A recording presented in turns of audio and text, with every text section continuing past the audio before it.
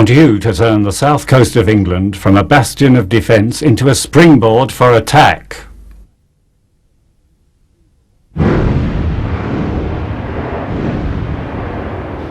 Dieppe, August 1942.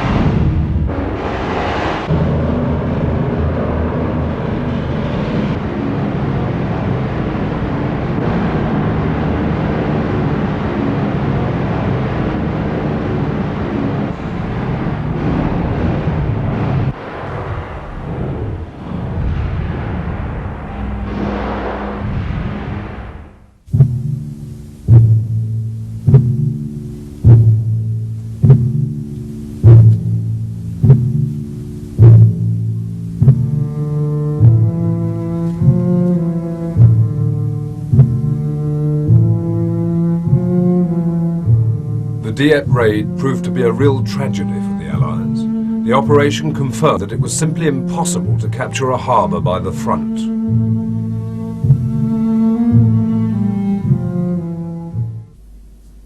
Hitler had understood that without reinforced landed troops, any attempt from the Allies would be a failure.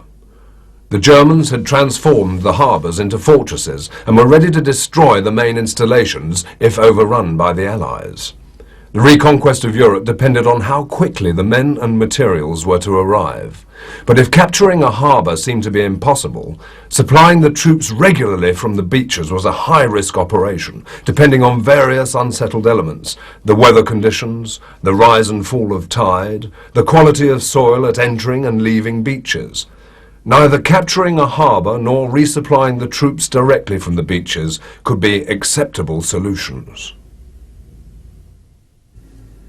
Before Dieppe, as they thought they could capture a harbour, the fear not to be able to utilise immediately its facilities had the Allies study alternative solutions for the supplying of the landed troops. The different sorts of floating bridges which form the War Office and Admiralty's standard equipment were not suitable for use on flat beaches with high ranges of tide, and this equipment was not strong enough to bear rough seas or the moorings of very large ships.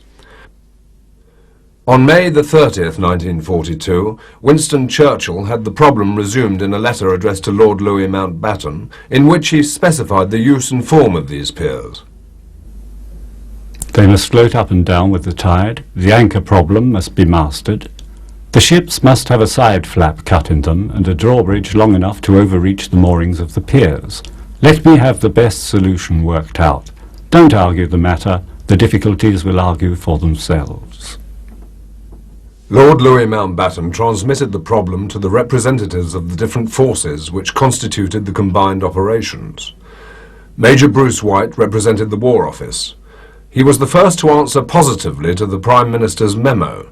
He suggested a particular type of dredger used for mineral extraction. It consisted of a platform supported by 3 legs. It was said that this dredger, built up by the Lobnitz Company, had resisted a hurricane in the Bahamas in 1924, whereas the other ships had been washed up. This platform had to be linked to the shore. Colonel Everall was informed of this project when working for the Transportation 5, the War Office branch directed by Bruce White. Every week he made a visit to London War Office headquarters. These discussions, on one occasion, caused him to come back with a sketch that had been made showing a pier for Flat Beach, which Prime Minister then wanted developed.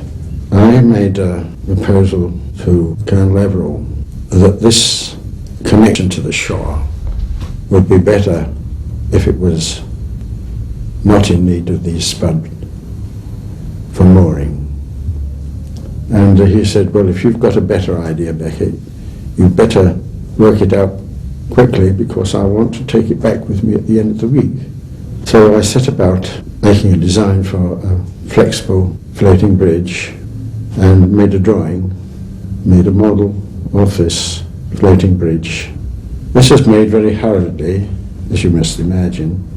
Of course, the design and the making of the components and soldering them together was not very expert in its appearance, and so we thought it a good idea to give it a coat of paint, green paint, and make a wooden box for it to be transported in. And to stop it rattling around in the box, we lined it with felt. And Colonel Everall took this box to the War Office at the end of the week and said, "I think I've got something that will interest you." And they said, "What is it?" "Well, let's see." He opened the box, and lo and behold, the felt packing had stuck all over the wet paint, and it looked like a shaggy dog. And he took it out, and this interested him rather a lot. He said, "Colonel, you've even thought of the camouflage." Thanks to the work that it had provided, the TN5 was given the responsibility of gathering several different schemes of pier together. Only 3 schemes were retained from many others. The first one was designed by the engineers of the TN5. It consisted of a discharging platform inspired by the Lobnitz dredger, which slid up and down along 4 spuds, enormous steel legs which were anchored to the seabed by their weight. It could rise and fall with the tide. It was linked to the shore by a flexible roadway made of floats that supported the bridge sections. The floats were moored by 2 anchors, and in that way the whole installation would remain steady. The worst twisting conditions for the bridge sections would be when the waves came in diagonally, causing adjacent pontoons to pitch in opposite directions. The estimate was one pontoon 20 degrees down and the next 20 degrees up. Each bridge section would have to be able to twist through 40 degrees from one end to the other. To make this possible, the bridge sides were connected by a web at the centre to keep the 2 halves vertical, the rest of the crossbeams being hinged. The TN5 had also retained the project of a civil engineer called R.S. Hughes. His project consisted of huge concrete caissons called hippos, which were moored in line offshore. These caissons would be towed across the channel when the time arrived. The hippos were sunk by means of valves and were linked together by steel platforms called crocodiles. The ships would come along the edge of this pier to unload. The third project was called the Swiss Roll, and designed by Ronald Hamilton, it was first of all tested at Portsmouth under the responsibility of the Department of Miscellaneous Weapons Development, a branch which was answerable to the Admiralty. It was based on the simple Archimedes principle and consisted of wooden planks and canvas. Once it was unrolled, the size of this mat would lift when a vehicle would drive on. There was a scheme for a planned landing in Europe for the spring of 1943. Lord Louis Mountbatten hoped that the chosen prototype would allow the unloading of 50% of the supplies necessary for the operation. It was decided to build a prototype of each project to be tested in March 1943 in order to determine which was the more satisfactory. Conway, a little town in North Wales, was chosen as the building site for the R.S. Hughes scheme. Meanwhile, the first unloading pierhead was built in Scotland. However, things were behind schedule. In March, the 3 different prototypes were still not ready. Although the invasion of Europe had been delayed, Winston Churchill's concern mounted. This matter is being much neglected. Dilatory experiments with varying types and patterns have resulted in our having nothing. It is now 6 months since I urged the construction of several miles of piers. I am very much disappointed. Happily, on April the 8th, the prototype of the platform was launched.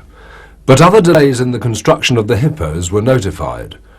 A site had been chosen for the trial of the various prototypes at Cairnhead near Garliston in Scotland.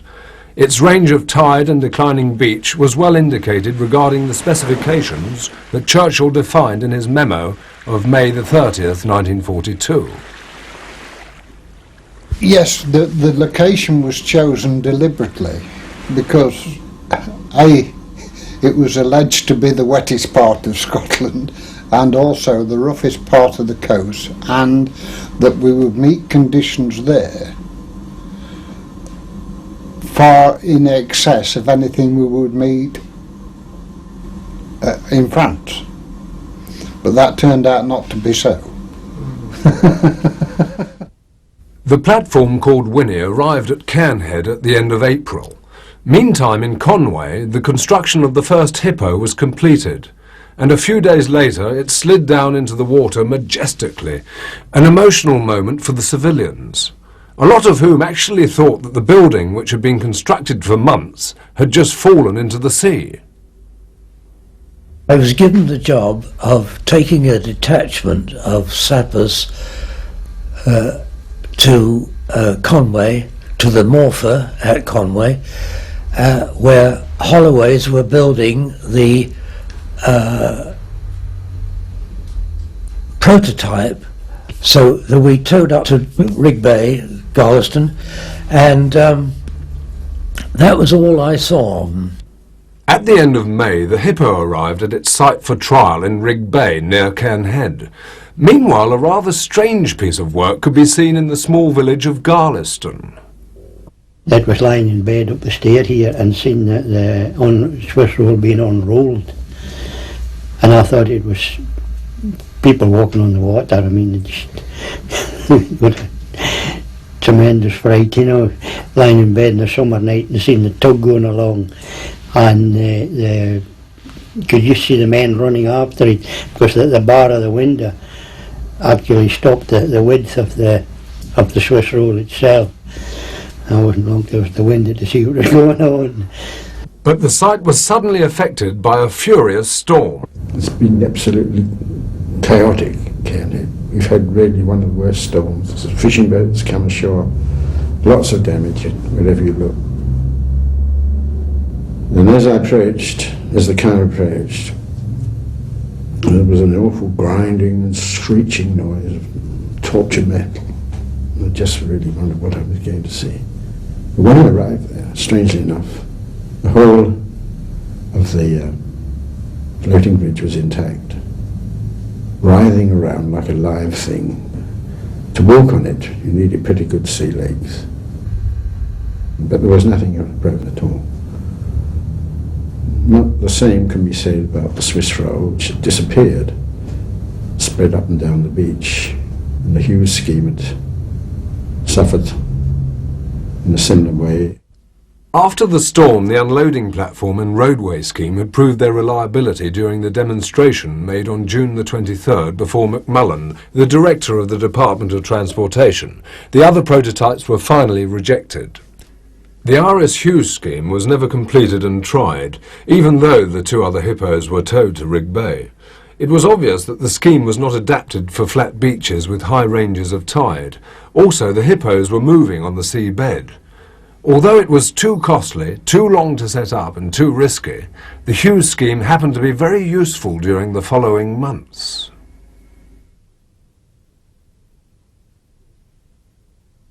As for the Swiss roll, it was still being tested outside the calm-protected waters of a harbour. Despite the different modifications Ronald Hamilton had made, the 1942 conclusions of the DMWD remained unchanged. The bridge will be unharmed by storms and will be usable in all but the worst weather. A final trial was run in August 1943. According to Ronald Hamilton's calculations, a 10-ton loaded lorry would sink in 3 hours. It was not obviously confirmed in practice.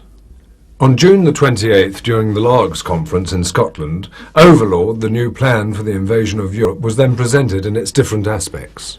The Cairn sector had been kept back because its specifications met the requirements of such an operation. John Hughes Hallett was an officer during the Dieppe raid and therefore had in his mind all the problems encountered concerning the capture of a harbour. And so he firmly endorsed his idea of the construction of artificial harbours, with each component to be towed across the channel.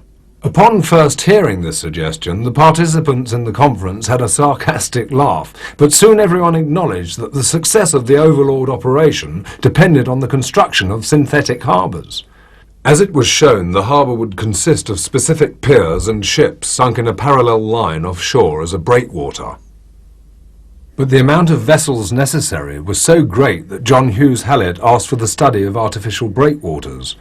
Bruce White created an experts committee to study the different technical possibilities to develop.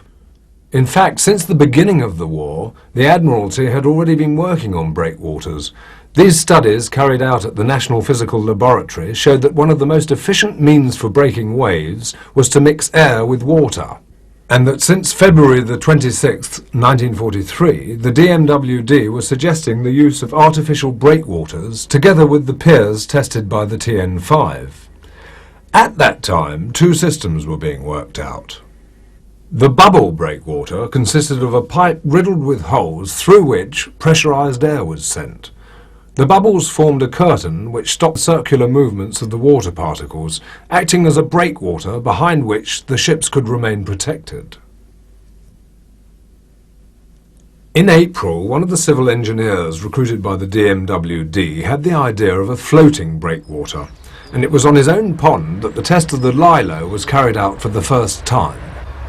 But he was in the Department of Miscellaneous Weapon Development, and he had the job of trying to find some means of calming the waves. And he was having a bath, and he had one of those flannels that you could put your hands into, you know, and he was making waves, and he noticed that on the other side of the flannel it was completely calm water.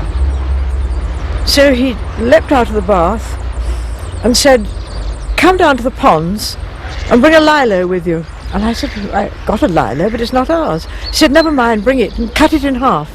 I said, "I can't, it's not ours." And so he said, "No, damn that, bring it. And bring a cricket bat." So I thought, what on earth is he doing?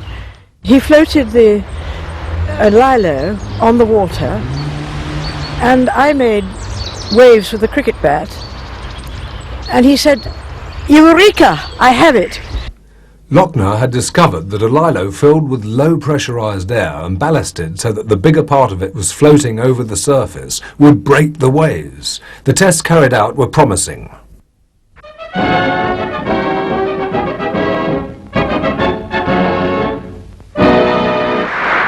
In Quebec, during an interval of leisure, Mr. Churchill was driven round the historic city in company with Mr. Mackenzie King. The Prime Minister was in high spirits. No doubt the Quebec Conference already had good reasons to believe that before many days had passed, Italy would be out of the war. But the real Since the 11th of August in Quebec, Roosevelt and Churchill, together with their chiefs of staff, were assembled in order to draw up the definitive invasion plans. And we have arrived harmoniously at certain definite conclusions.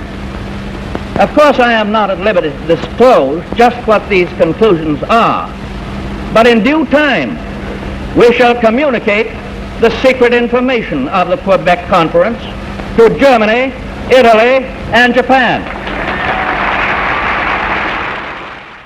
For 3 weeks, a team of English and Americans considered the project of 2 artificial harbours to be included in the Overlord Plan.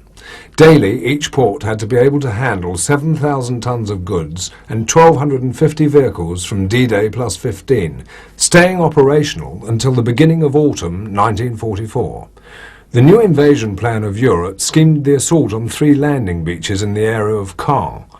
2 synthetic harbours had to be created, one in the American sector and the other in the Anglo-Canadian sector. The choice for installing the harbours in these sites was made according to the existence of natural shelters. Only the Spanish Deep, protected by the Calvados Reef off Arromanches, would be suitable. At the end of the summer of 1943, the little village of Arromanches was by no means aware that its future was being decided in Quebec. The shape of the harbours had changed since the Largs Conference. There were still the unloading platforms and the roadways, together called whales. However, various types of breakwaters were being studied. They had to be aligned with the breakwaters of sunken ships. The DMWD suggestions were taken into account. The Lilo and the bubble breakwaters were initially held back. The committee created by Bruce White, charged with the study of artificial breakwaters, had chosen, amongst other proposals, a rectangular reinforced concrete caisson that was similar in operation to the Hippo designed by Iris Hughes. This hollow caisson was crossed with compartments which enabled it to float. The valves situated at the base of the caisson could be operated for sinking. A special compartment was made for the crew. 6 different sizes of caissons were built in order to accommodate the various depths of water where they had to be sunk. The largest one weighed more than 6,000 tons. It was 60 metres long by 20 metres wide and 15 metres high, approximately the size of a 5-storey building. The concept was not new. In fact, in July 1917, as England intended to capture the Frisian Islands, Winston Churchill suggested to the Prime Minister, Lloyd George, that a number of flat concrete barges could be towed to the site and sunk so as to form a weather and torpedo-proof harbour, like an atoll out at sea. In Quebec, the date for the landings was decided for the beginning of May 1944. The building of the harbour components had to be completed by the 31st of March. In fact, less than 8 months were left to complete the design and construction of the 2 artificial harbours. British industry was already submerged by the war effort, but it had to cope with the construction of the ports alone, which made things much more difficult. Time was running out. They were designed in a very great hurry, a great rush, and started constructing before the designs were really completed. Meanwhile, the DMWD was still carrying on its research. The bubble breakwater was abandoned. The lilo was modified and made stronger. It was transformed into a cruciform-shaped floating breakwater made of steel called the bombardon. Now it was time to find materials and skilled workmen for the construction of the harbours.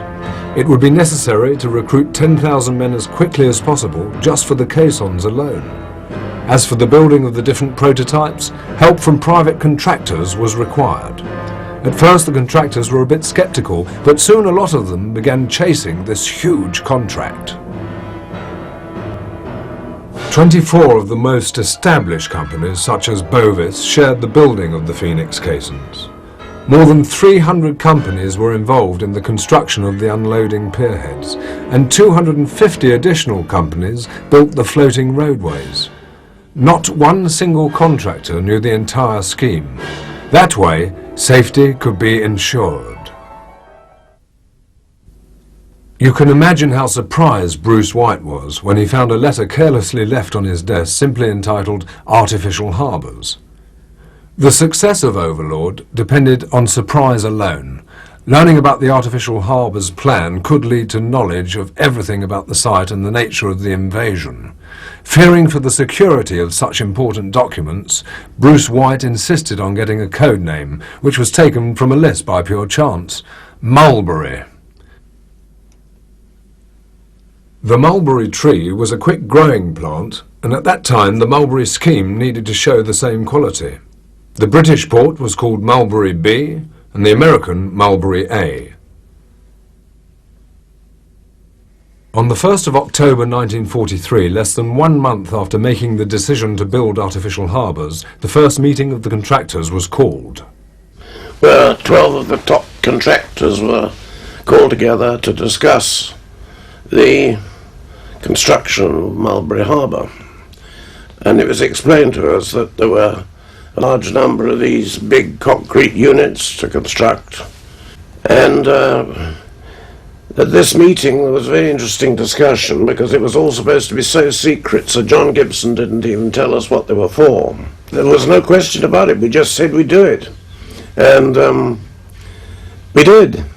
147 caissons, 10 miles of floating roadways, 15 unloading platforms and 75 bombardons were to be constructed.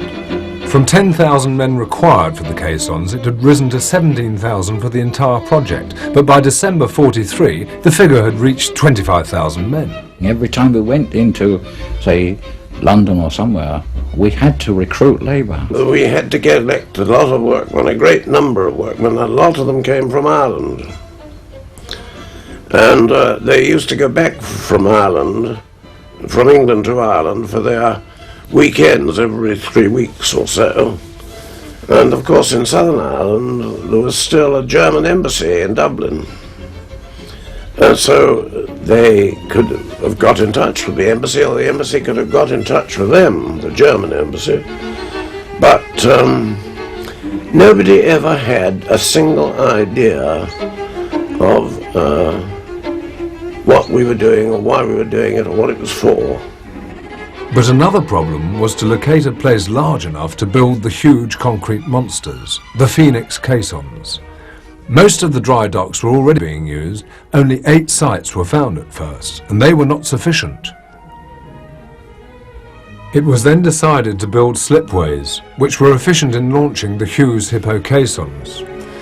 Besides, some flooded docks which were declared useless were dried out. But this was still not enough. Consequently, docks were dug in the banks of the River Thames and the River Clyde. So as to gain space, the building up of the bigger caissons was completed once afloat. Because of the lack of dry docks, rivalry between the War Office and the Admiralty escalated. Both needed dry docks for their own constructions, the bombardons and the Phoenix caissons. Bickering raged, each claiming sole responsibility of the whole construction of the harbours. The Navy were very annoyed, and that's putting it mildly, that the job was given to the Army and not to the Navy. And they used everything they could to try and get that altered in the early stages. The responsibilities were not clearly defined, and nobody knew exactly what the harbours would eventually look like. The Admiralty constructed the bombardons. The War Office worked on the platforms and the floating roadways. The Admiralty was charged with the towing and assembly of the ships to sinkers to form a breakwater.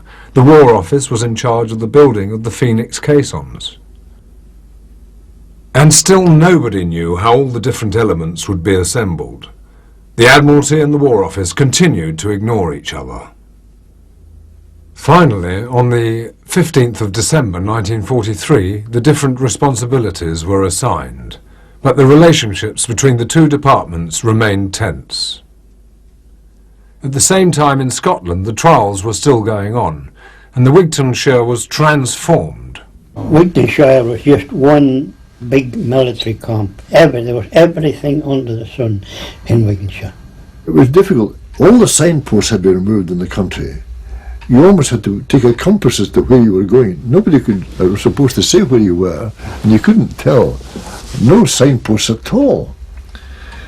And there we went and found this bridging site. Nothing else, just to look at it. And we saw the test take place. And when I did see it, I thought it was funny, they were running. They had a notice up at one of them, 40 miles an hour across this bridging. Well, you can imagine what it was like. At Cairn Head, the test had continued, showing how complex it was to anchor the floating roadway. Pontoons, once put in position, had to be prevented from movement away from that position so that the roadway would be straight and true for vehicles to drive down, and this was to be done by anchoring with long cables such that the rise and fall of tide would not seriously affect the tension. As requested by Winston Churchill, Beckett had mastered the anchorage of the floating roadway by inventing a special anchor, the kite anchor. Another invention was the special float called the Beetle, because of its shape. It had a rather ingenious design. Just as it is difficult to push a ping-pong ball underwater with one finger, the spans could not be supported by a single hinge. The float would rock and hit the undersides of the bridge.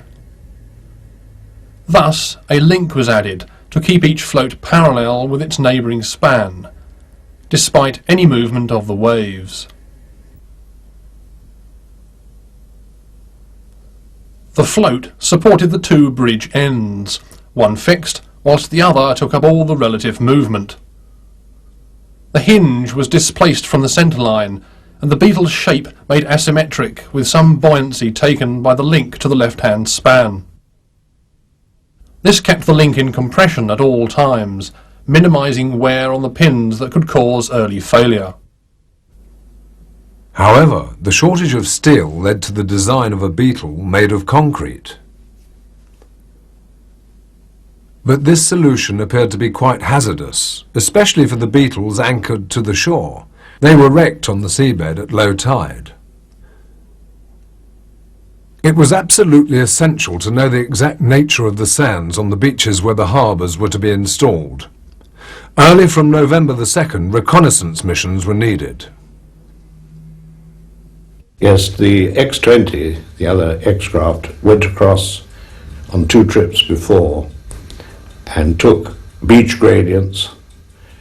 They poled the beach to see how strong the sand was and where tanks could land.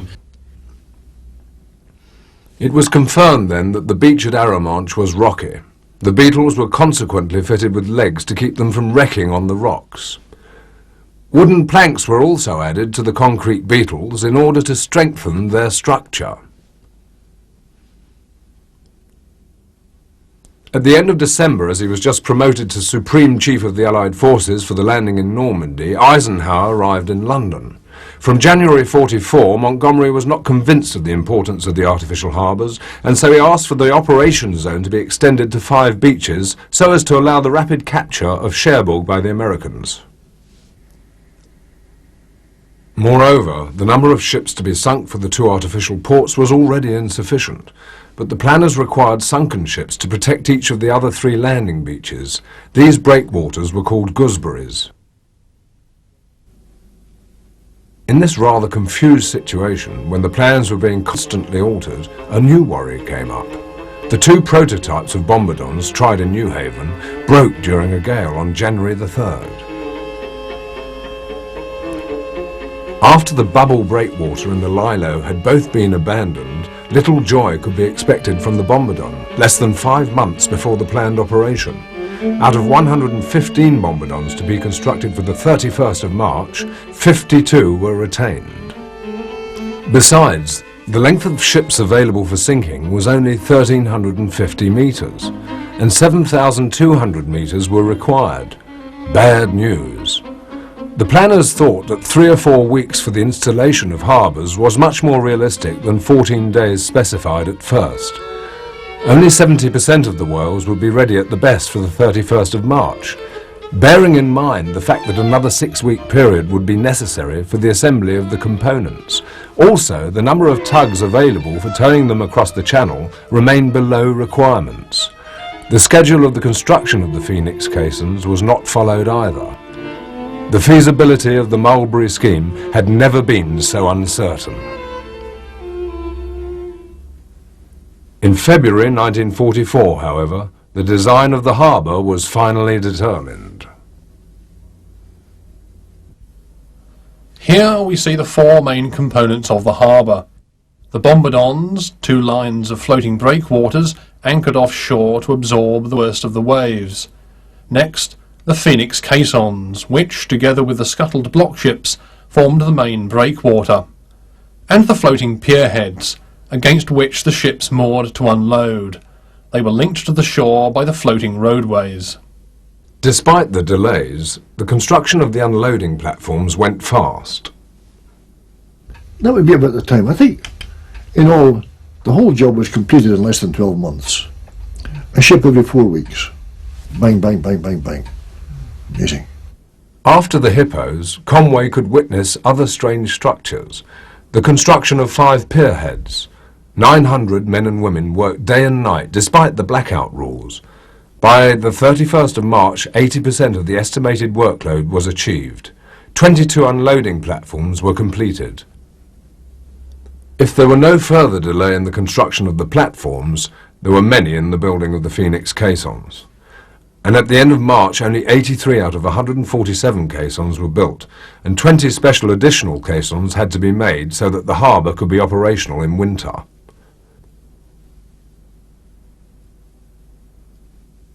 This race against the clock made working conditions harder and even more dangerous.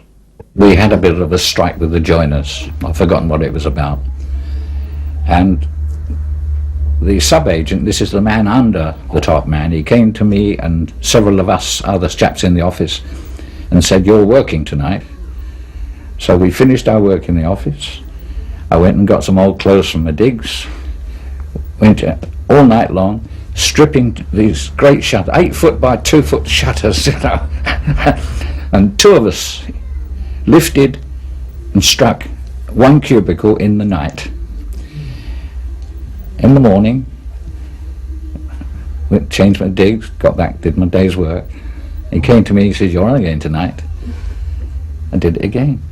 And you can imagine the difficulties that the welders were up against. You imagine in a room of this sort, getting up into corners, almost in the dark, to weld insides, and in the smoke, and the impossible position of being able to see what kind of an arc you're striking, and overhead welding.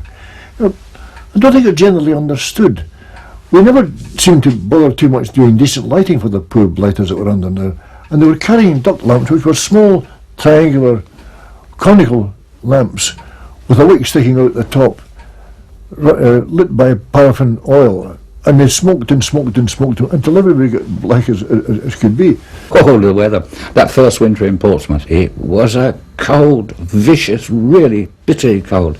You imagine those poor chaps at night up on that scaffold, you know, going right up as high as 60 feet, and the cold, putting your hand on cold scaffold tubes and with that thick frost. It was a vicious winter, that one.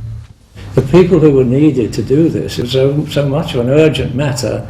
If they were handy, then they were the ones, and we were in Victoria Street, just round the corner from the War Office, and we were doing it. In order to facilitate the assembly of the roadways in Normandy, Alan Beckett introduced the use of erection tanks that could lift up one roadway section above the other. The assembly itself was even easier thanks to the device called the trumpet. This is an illustration of how the trumpet was used to help join the new sections. The loose end of the 6-span unit, which had just been towed across the channel, was supported by the erection tank. This was removed once the connection was completed. The knuckle of the bearing on the loose end had to mate with the seat of the bearing on the pontoon, and this was helped by the trumpet, a triangular metal bracket into which was guided a wedge-shaped wooden beam, temporarily strapped to the underside of the bridge. Trials were also made on the unloading platforms to set up a floating quay that enabled the larger landing craft, the LSTs, to come alongside them and unload. The LST approached the artificial floating beach, which was hinged on the pierhead. Its displacement would absorb much of the impact and prevent damage to the spud anchors. Furthermore, the Admiralty required the installation of a ramp that allowed the discharging of the LST upper decks. Finally, telescopic spans were designed to let the roadways be shortened when the tide came in and out. The Beetles were being assembled on the sides of Marchwood and Richborough, and to accelerate the construction of the concrete Beetles, precast concrete was used. To avoid drawing attention to the sites, security was kept to a bare minimum. In fact, the scheme was so enormous it could not go unnoticed. And very few people knew what these concrete caissons were for. The majority of us didn't really know what we were building. We all had wild guesses at it, and I think the most popular guess of us all was that they were going to be a breakwater of some kind. We never thought of the harbour. We just thought they're going to put them there to stop, you know, and land alongside them. But it's a brilliantly conceived scheme. It so happened that Captain Petrie and I went to lunch at a club in London after a morning of meetings, and we sat down and had lunch, and it was the custom to put your attaché case underneath the table and your feet on it so that you kept it safe. It was of course locked, and we got up from lunch and went back to Norfolk House, and he brought his case, but I'd left mine behind, and so I rang up the hall porter at the club, and even to this day I shall never forget my feelings when he said, "Yes, sir, a bag has been found, but it's perfectly safe here." And I literally ran all the way from Norfolk House, which was perhaps a quarter of a mile, to the club to pick up the case. And I went back to Norfolk House with it. It was still locked, fortunately, and I checked over the papers. They all seemed to be there, the same paper, and I reported to intelligence what I'd done, and there it was. And I hoped that somebody would send me to the Tower of London and shoot me, because the stress was so great. I mean, it was a terrible, terrible thing to do, and I was so worried about it that I literally did hope that somebody would, not that it would have done any good if the information had got out. In fact, we were never told what it was all about. It was necessary for me to work with outside surveyors, and one of these came in one morning and said, oh, I found out what all these huge concrete structures are for. They're for the mass production of penicillin. There was a deception plan, very good one, called Fortitude, in which we made the Germans believe very firmly that the invasion would come at the Pas de Calais. Within the framework of the South Fortitude Plan, the planners daringly moored Phoenix caissons at Dungeness.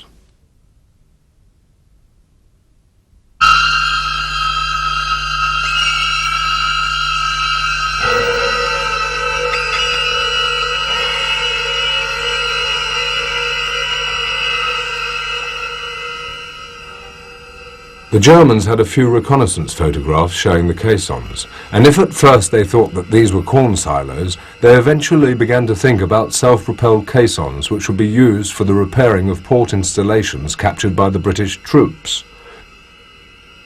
They were never aware of the magnitude of the scheme, an entirely artificial harbour of which the various elements would be towed across the channel. It was difficult to associate the whale units with the Phoenix units. Once you saw the paper, the newspaper, and oh gosh, it was so simple. Here was this fantastic idea. I couldn't believe it when I first heard it, that anything like this could be possible. It was such a fantastic idea, and it was all new. Everything, these funny code-named things called Phoenix and whales and corn cobs and gooseberries, they were all code names for parts of the harbour. Now troops had to be found and trained in the use of the equipment. They did send out a request in 1943 to all the Royal Engineer units in the army to send one or two of their best and most efficient men for some specialised operation of which no one could say anything because it was so secret. However, that having asked every unit to send their best, they naturally took the opportunity to get rid of their worst, with the result that we really had some pretty bad troops. And at one stage when they were training up at Gairloch or somebody said they were so bad that they were a lot of goons. The floating roadways was, as far as we were concerned, was my job to train on land, and we hadn't got any equipment. We had to sketch it out on land and assume that it was floating. Harry Cowan said, look, for goodness sake, let us have some equipment. And so eventually May said to Wright, he said, we're at long last we're going to get some equipment. That'll be June the 6th.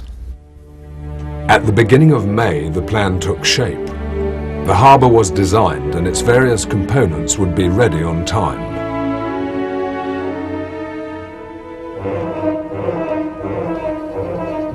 However, a little incident brought up doubt. A few weeks before D-Day, one caisson that had broke its moorings was sunk. And when the time for it to be refloated had come, a special ship with army pumps spent 7 days to lift it up. Most of the caissons had been sunk at Dungeness and Selsey Bill, and D-Day was coming. It was obvious, therefore, that 100 caissons could not be refloated on time. The Admiralty profited from this incident to declare the inefficiency of the War Office. The War Office retorted that if the Admiralty had provided them with pumps as specified, nothing would have occurred. And finally, the Admiralty took charge of the job, thanks to more modified equipment. Without this little incident, the planners would not have had time to cope with this problem, and the whole operation would have been jeopardized. As they were charged with the setting up of the American harbour, the Seabees started collecting equipment. Well, the Americans arrived on the scene, actually fairly late on. They came to collect their first pierhead from Cairnryan. And they were beautifully equipped. Oh, you could imagine how we looked and envied them, their equipment. Beautiful woolen capotes and coats and jerseys and gorgeous boots. And of course they all wore collars and ties at that time, where our people were in battle dress, you see. Great coats were wonderful, gloves, the equipment and the transportation that they had, every kind of vehicle known to man. It seemed almost every second American had a jeep. That's exaggerating, but this is the feeling that you got, that money didn't count. Well, they came onto the pierhead, and they discovered that in the sleeping quarters, these compartments were braced by internal angles running from the corner down to the corner, up to the corner again, and the other way. And to get to sleep, you had to grasp those angles and slide your way underneath. And they were just about that height. You couldn't rise up. You had to slide back out again. And this was the same in the so-called living quarters. The Americans saw this and borrowed burning equipment for acetylene burners and burned all these stanchions out. And went up to the local town, tons of transport, and of course the currency was in their favour and they were very well paid, and they bought carpets and wall coverings and pictures and every kind of equipment you can imagine, electric heaters, mirrors. You can imagine. They had suites of furniture, sofas, lovely easy chairs. They had a lot. And it was transformed. And of course this diminished the strength of the whole thing, you see. But what could you say, that they were Americans? The Phoenix caissons were assembled at Dungeness and Selsey Bill. As we approached the sea, we could see there were 10, I think actually, initially, large, great concrete blocks about a few hundred yards offshore. And with a gun on each one, just to bear support for the gun. And we wondered what on earth these were. They looked more like monsters than anything else. They were cold, uninviting, and rather miserable looking. Germany calling, Germany calling, Germany calling. Here are the Reichs under ambush. Station Bremen and Station DXB on the 31-meter band. During one broadcast of Radio Berlin, Lord Haw, a British renegade working for the Nazis, spoke directly to the soldiers at Selsey Bill, who were being trained to fix the Phoenix caissons. We know exactly what you intend to do with those concrete units. You intend to sink them off our coast in the assault. Well, we're going to help you, boys. We'll save you trouble. When you come to get underway, we're going to sink them for you. You can imagine how disturbed the crews were on the Phoenix caissons. They were quite aware of being a perfect target at the top of their 5-story building. And Oslo itself was occupied. Meanwhile, on May the 30th, 1944, at Eisenhower's headquarters, the later reports notified the complete German ignorance regarding the key aspects of the Overlord plan. One of the most gigantic amphibious operations could be launched.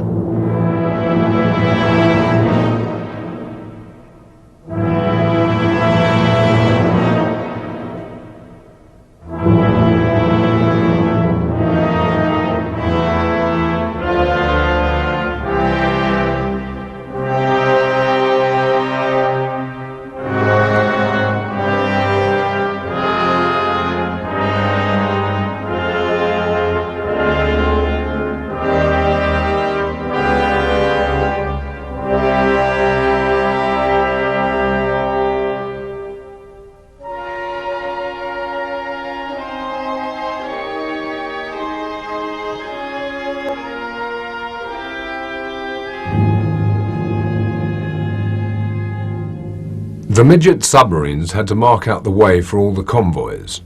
George Honor was on the Normandy coast from the 4th of June, and he can still remember how the Germans seemed not to be concerned. On the Sunday, which would be the 4th of June, we just surfaced, just broke the surface very lightly and put the periscope up.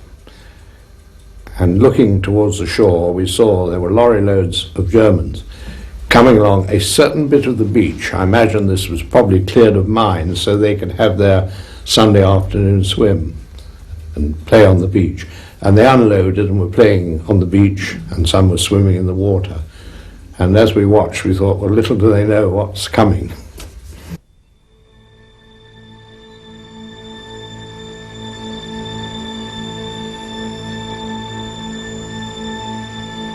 As dawn broke on the 6th, as you looked to seaward, there was just a solid line of ships, starting with the small landing craft, then destroyers, cruisers, battleships, and all types of craft as far as the eye could see, right across. And they were just steadily coming towards us. And although we knew they were on our side, it was a very frightening sight. And you can imagine on the shore, with the observation posts all along the coast, Germans seeing this, and they must have been very surprised. And I should think a little frightened. À peu près 300 mètres du bord de la falaise, il y a un mur, je suis monté dessus, et j'ai vu ce qui restera toujours la vision de ma vie, c'est la mer pleine de bateaux. C'est dommage de dire ça pour une pareille chose, mais c'était féerique. Tous les bateaux qui brillaient dans le soleil, c'était féerique. C'est la batterie de Longue-sur-Mer qui a ouvert le feu le premier. Vous savez qu'elle avait des 155 marines qui tiraient assez loin. Et je peux vous dire que c'est ça parce qu'il n'y avait aucun coup de canon qui venait de la mer. Quand on a vu les obus traçants, puisqu'ils tiraient pour régler leur tir, certainement, au traçant, vers la flotte alliée. Ça n'a pas duré long, je vous assure, quand on a vu ce qui revenait de l'autre côté. On a pris les jambes à son cou, parce que ça partait sur tous les bords. Quoi.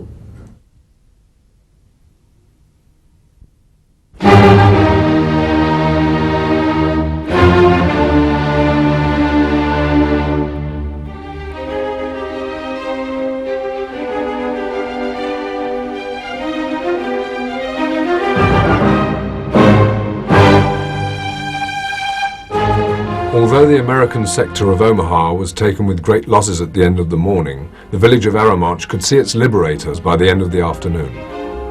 Je peux pas vous dire, c'est un bonheur, c'est un malheur, c'est une grâce, je ne sais pas comment exprimer ça. Le premier soldat anglais passant avec sa poêle à frire, et il descendait en colonne comme ça, il descendait, et plus il descendait, plus ça m'étouffait, il n'y a pas à dire.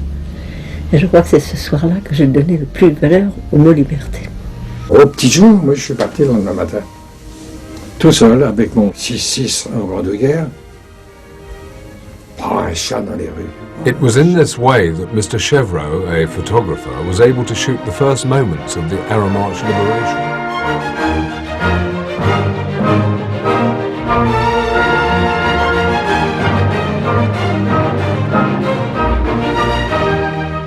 Les premiers soldats nous ont montré, à partir du 8 ou 9 juin, des journaux qui provenaient d'Angleterre.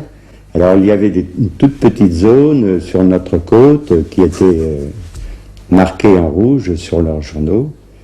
Et quand nous avons vu ce tout petit morceau de terre occupé, et on savait qu'il y avait des Allemands tout autour, nous avons eu peur bien sûr de contre-attaque allemande. Parce que ça nous paraissait sur la carte vraiment tout petit. Et puis il paraît, vous savez pas, M. Chevreau, il paraît qu'ils vont apporter un port. Un port, là. Je ne sais même pas sur le moment, moi.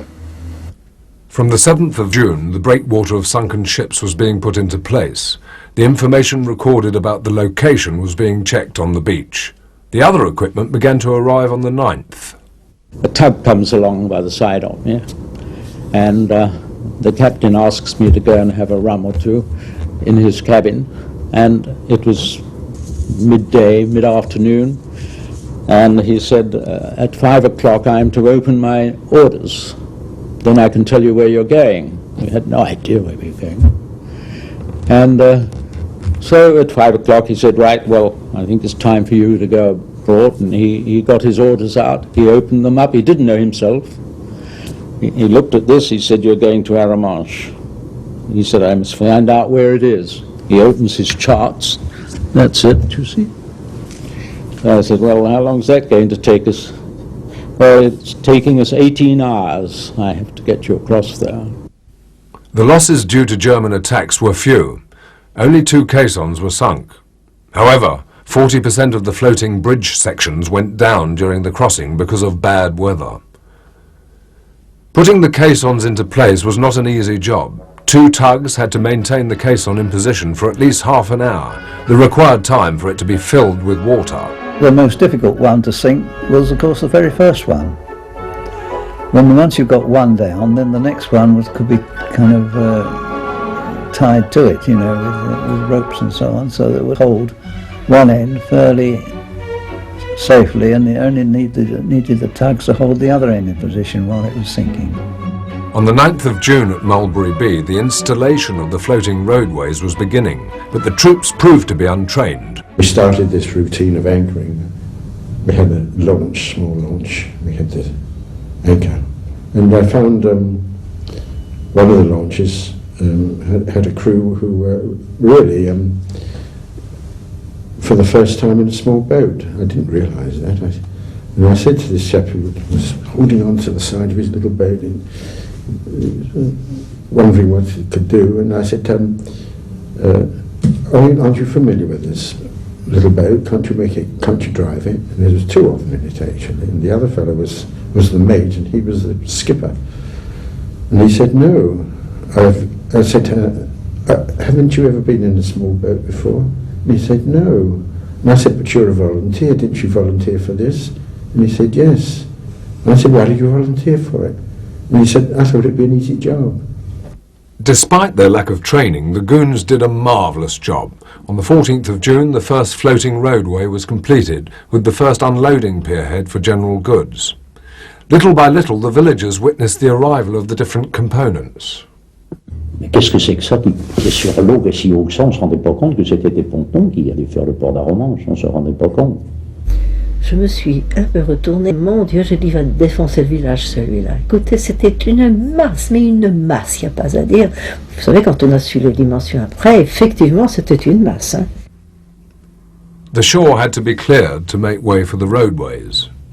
Here an anti-tank wall had to be knocked down, and there a house that had not been bombed had to be destroyed. Brigadier Walter was watching each operation with great care.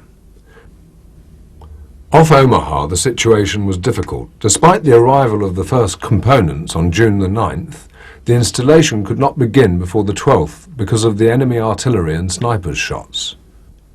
Captain Clark, responsible for the Mulberry A, had decided to set up the LST pier come what may. The tanks were so essential to the continuation of the American offensive. I was sent there actually for the purpose by Big Walter saying they didn't think they knew what they were doing. They were getting mixed up with their spans.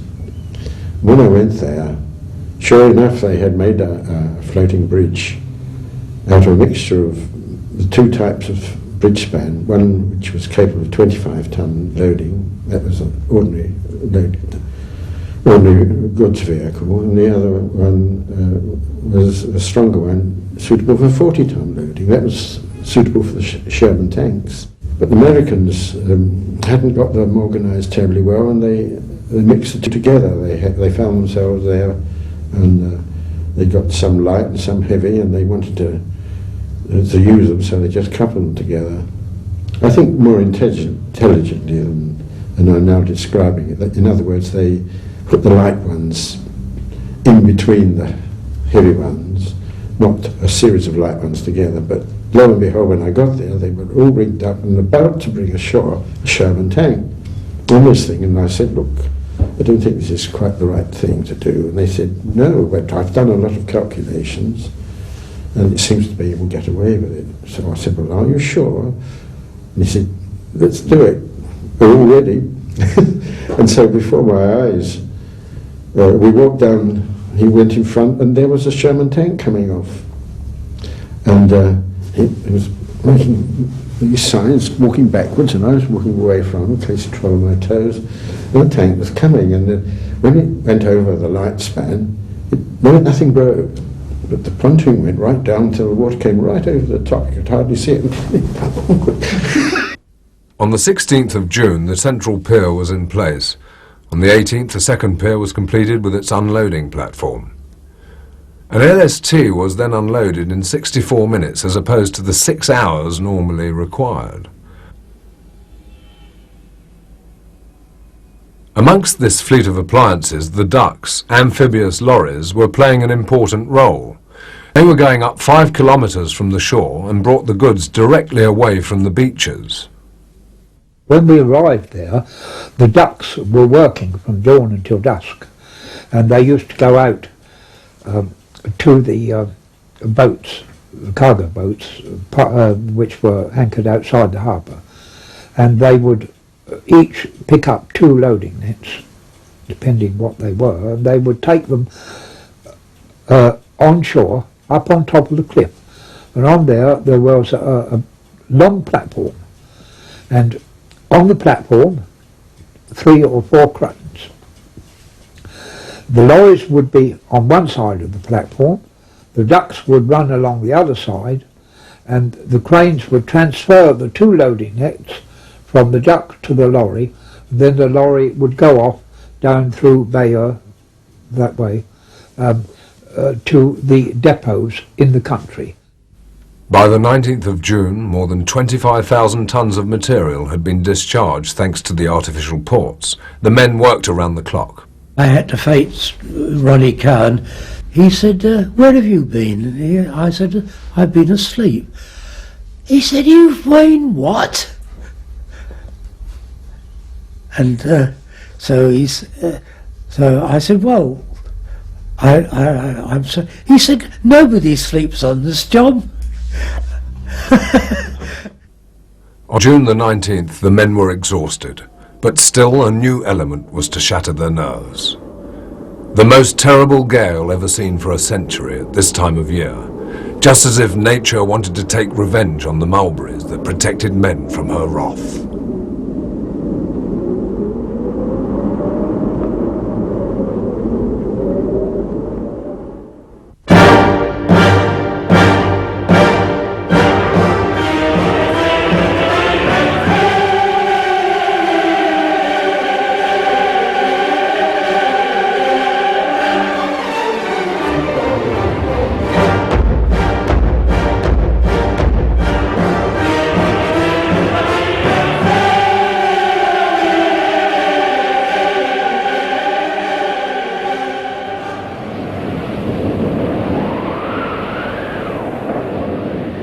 The worst time was at night, when the tide came up. You see, because this meant that the water was raging over the units. But in the dark, it was very difficult for us to see that. The harbours had not been designed to resist such conditions. The crews of the Phoenix caissons had eventually to be rescued. It was on probably the worst day of the storm. We stuck it out for three days, I suppose. And then my officer commanding our battery got hold of a boat, and together with myself and another officer, we went from unit to unit, taking the men off. They had to leave all their equipment and their belongings. All they could do was to jump as they were into the boat, which was rising and dipping some 12, 15 feet. And it was a very anxious time. There were very few casualties, a few sprained ankles and that sort of thing, but nothing terribly serious. And he took every man off. And the following morning, when we were able to see the damage the storm had caused that night, we would have lost, we couldn't say how many, but there would have been considerable losses of life. And that was a wonderful thing that he did. Offshore, the bombardons had broken loose from their moorings and finally smashed into the weakened Phoenix caissons like rams. At Omaha, the situation was disastrous. 20 caissons out of 30 in Stawell had been wrecked. In addition to the fact that they were not properly moored, the piers were badly affected by the LCTs and other barges. Meanwhile, at the front, the Americans had been stopped on their way to Cherbourg, and Montgomery's attempt to surround Caen had been sharply blocked due to the shortage of supplies.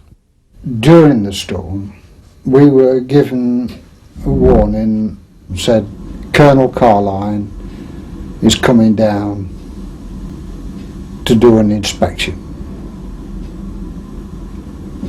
And soon after, Carline arrived with this other gentleman who was Montgomery. And I was up on the bridge near the control room when they came aboard. And I could hear, because they were just below me, not everything they said, but virtually, and the gist of it was that Montgomery was saying that things were quite bad at the front and he must allow ships to come alongside, especially the landing craft. He wanted tanks and they were short of ammunition and he must open the harbour. Carline said no, under no circumstances. And he did the weather forecast and said that in the next 2 days perhaps. And Monty said, I can't wait for 2 days. And Carline said, well, I'm in charge here now, and the way to resolve this argument, we'll get on to London and see what they say. 100 tons of ammunition were eventually unloaded at Mulberry Bee during the storm. The American harbour had been completely destroyed and it was finally considered irretrievable. At the end of June, as Cherbourg was finally captured, Eisenhower decided to give up the Mulberry A. Absolutely exhausted, Clark and Petrie, both responsible for the harbours, had to return to Great Britain. From the beginning of the landing operation, the storm had caused much more damage to the Allies than the Germans. I was walking along the beach with one or two chaps one day, 3 weeks later perhaps than this time, and I saw some equipment. It was a belt and sort of braces with a haversack on the back, you know, and it had a name of one of my men on the braces, been washed up. That was very moving, to find some of his equipment, one of the men that was lost on the beach 3 weeks later. The storm had disrupted everything. The port of Cherbourg, instead of being devoted to the British troops as planned, was given to the Americans, replacing Mulberry A. But the Allies did not feel the same as they had in Dieppe. The reconstruction of Mulberry Bee had already begun. The Mulberry Bee was not fully operational before mid-July, and it gave its best during Montgomery's offensive over Caen. The LST pierhead, once completed, allowed to discharge lorries and tanks in record time. Only 23 minutes was now necessary to empty a ship. But this pierhead off Saint-Côme-de-Fresnay was also used for the embarkation of prisoners. J'aperçois une colonne de prisonniers allemands qui revenait de terre et qui empruntent toute la passerelle, qui sont venus pour rembarquer dans cette péniche-là, qui allait repartir certainement en Angleterre. Et là, au bout du pont, là, je vois un Anglais qui était là, qui attendait, ou je ne sais pas ce qu'il faisait, moi, sentinelle. Comme les Allemands venaient derrière, je le vois qu'il sort un paquet de cigarettes à un moment donné, puis qu'il monte en l'air comme ça. qu'est-ce qu'il va faire? Qu'est-ce qui se passe? Alors, en regardant les prisonniers allemands, il y en a un qui fouille dans sa poche, qui sort de l'argent, puis qui monte. Alors. D'autres, ceux qui étaient derrière, c'est des cigarettes, ça de bouche à oreille, ça va vite, hein, qui sortent une liasse plus forte et plus forte à un moment donné. Et juste comme l'Allemand donnait ses liasses de papier, l'autre avait tendu ses cigarettes, juste comme l'Allemand veut prendre le paquet, il le remet dans sa poche, et puis de l'argent aussi. Alors l'autre se pétait, mais quand il y a, c'est pas, 500 ou 600 personnes, prisonniers qui poussent derrière, il faut avancer. Hein. Alors il attendait une dizaine de prisonniers passent pour refaire la même chose. Je vous assure qu'il a dû faire une bonne razzia le soir en argent. Well, the first lot that came down, they all assembled on my pier while the landed ships were ready to take them. There was, of course, some of them could speak English, and they wanted to know. They hadn't seen a vessel like that before. Bearing that in mind, they'd not seen a landing ship before, with the doors open and just a cavern inside. So said where we're going, and one of my lads started the story. He told them, well, he said, you go on board. He said, but they're only going halfway across the channel. Then they'll let you out and you'll have to walk the rest. Occasionally, hospital ships also used this pierhead. The main unloading quay was off Arromanches. It consisted of several pierheads linked to the shore by 3 floating piers, but in reality only 2 piers were used. On the 3rd pier, a floating crane was used for unloading. A Swiss roll had been unrolled at the western end of the port, reminiscent of the trials carried out in Garliston. From June the 16th, the Germans had understood the importance of Mulberry Bee and launched aerial and naval offensives on the harbour and its surroundings, but it was well defended. Chaque bateau avait presque, non pas tous, mais presque tous les bateaux avaient des ballons de barrage au-dessus d'eux. Il y en avait sur les pontons, et il y en avait à terre. Plus la DCA. La DCA qui était à côté de nous, c'était des canons de 40 Beaufort. Chaque nuit, il y avait l'avion allemand qui passait par-dessus à toute vitesse. C'était le signal pour tout ce qu'il y avait dans le port de tirer avec du tracer dans tous les sens. À ce point que les Arromanches étaient connus, on m'a dit, par les Allemands comme Guldenberg, the Golden Fortress. J'ai jamais vu quoi que ce soit qu'on a pu descendre, mais au moins on se faisait voir. Et ils étaient beaucoup plus dangereux que le Luftwaffe, parce que tout ce qui monte descend. A plane did come down just outside the harbour, just the other side of the concrete caissons from where we were. But our lads were all a bit excited. And although it was obvious the plane was going to fall into the sea, they kept firing down below the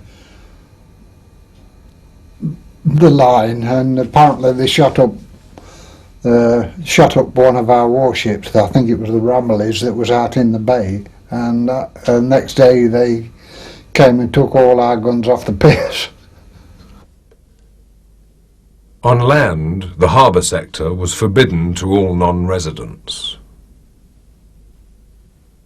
Our task was to ensure the security from the point of view of physical security and against subversion whether by sabotage, espionage and that sort of thing. The whole perimeter, which became a sort of kind of cordon sanitaire, was supervised so that access and egress, movement in and out, could be controlled as far as possible. Official visits succeeded one another, received by Brigadier Walter or Captain Hickling, who had replaced Captain Petrie. Et puis tout d'un coup, j'aperçois tout le mouvement des dockers. Alors il était 300-400 là, sur cette partie-là, hein, qui se dirigent vers la digue qui était tout à fait au bout, où on embarquait, où on en embarquait et débarquait. Bah, je vais suivre le mouvement. Alors, il y a quelque chose d'anormal, bien sûr, ou quelque chose que je ne sais pas. Alors je les suis, et arrivé à quelques mètres d'eux, je les entends tous. Hurrah! Et puis qu'on voyait leur bonnet en l'air. Oh, qu'est-ce que je pense? Alors en jouant des coudes, tant pis, tous, je dis je vais aller voir. Qu'est-ce que j'aperçois? Assis, dans une chaloupe de port en bessin, Winston Churchill. Alors là, un visage poupin, vous voyez, gros, rose, là, son cigare qui faisait lever de la victoire. Et donc j'avais pas les yeux assez grands. Despite the restoration of Cherbourg and the capture of Port-en-Bessin and Courseulles still intact, the artificial harbour had to be maintained in operation as long as possible. Mulberry Bee remained at the beginning of August the most important harbour closest to the front. Following the Seine breakthrough, an express road had been installed for the supply of troops with munitions, food and petrol. It was known as Red Ball. Et ici, sur cette route, il y avait une route à sens unique, avec un passage continuel vers le front. Moi, j'ai le souvenir au mois d'août qu'il y avait eu tellement de poussière sur cette route que toutes les feuilles étaient jaunes. Et cette route a été refaite 3 fois durant l'été. Et à la fin de l'été, c'était mieux de passer dans les champs que sur la route, tellement elle avait subi de trafic. Il y a des moments où il y avait un véhicule toutes les 2 ou 3 secondes, dans tous les sens. Hein. C'est inimaginable la circulation qu'il pouvait y avoir. Il y avait jusqu'à 2 ou 3 cm de poussière sur les feuilles des arbres. Tellement ces convois transportaient, élevaient de la poussière. At Arromanches, the line of breakwaters was doubled in some places to face the autumn and the beginning of winter. The divers had to clear the seabed for the Phoenix caissons. Bon, les officiers nous ont dit, on mesure la Chorloupe, bon, ça sera peut-être à l'étroit, et ça y était, nettement. Hein. Vous avez embarqué un scaphandrier. On occupait Port-en-Bessin et on occupait Courseulles. Tous les deux avaient des flottes assez importantes de bateaux de pêche. Malheureusement, la plupart étaient trop petits. Parce qu'à cette époque-là, pour un bateau de plongeur, il fallait assez de largeur de pont pour avoir la pompe avec les types qui tournent la manivelle. On était presque préhistorique. Et de la place pour le scaphandrier de s'asseoir et se faire habiller, etc. Mais il y en avait au moins une douzaine, sinon plus, qui étaient faisables. Et c'est cela qu'on a recruté avec le patron et avec un mate. To make sure that the caissons remained steady, filling them with sand was tried, but the solution was finally rejected. In order to reduce the pressure caused by the water raging into the caissons, they were covered with corrugated iron. In some places, caissons with a concrete roof were sunk. Although these caissons were to secure the harbour during winter, their construction was abandoned because of the urgent need for reconstruction in Great Britain on the damage caused by the V1s. By September, the synthetic port had a surface of 3 square kilometres and could give shelter to 7 Liberty ships and 23 coasters. By October, the Allies had arrived in Belgium. The Reich was defeated and no landing operation had been launched on the Pas de Calais. Permission was given to the press to speak about the Mulberry Project. Exhibitions, conferences and also a propaganda film were quickly created.